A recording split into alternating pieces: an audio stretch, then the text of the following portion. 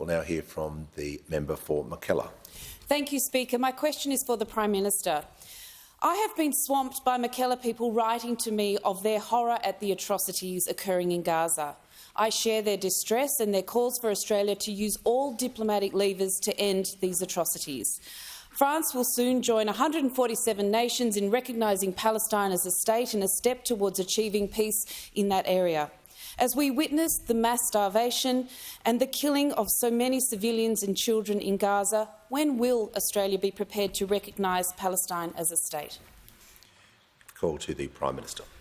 I thank the member for Mackellar for her question, and I share the distress that people around the world would feel when they look at young Mohammad, 1 year old. He is not a threat to the State of Israel, nor is he someone who can be seen to be a fighter for Hamas. He's a young child who deserves to be treated appropriately.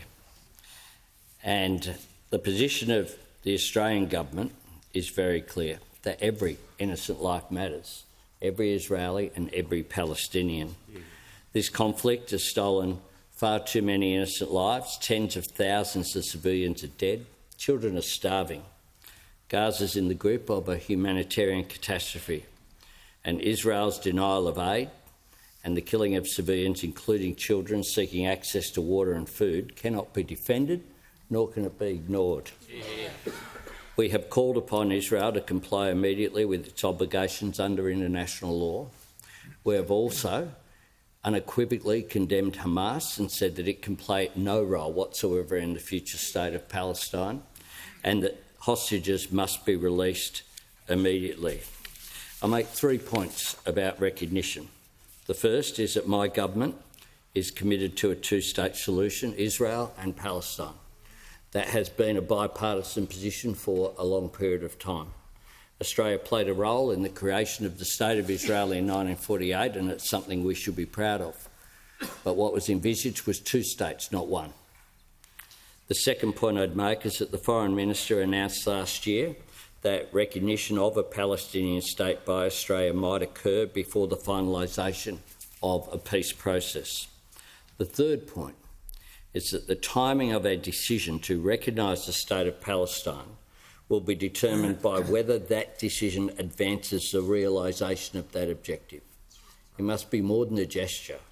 It must be something that's a part of a moving forward. And Australia will make that decision as a sovereign state. We obviously are in discussions with other countries as well going forward. We do that because the reason why a two-state solution remains the goal of the international community is because a just and lasting peace depends upon it.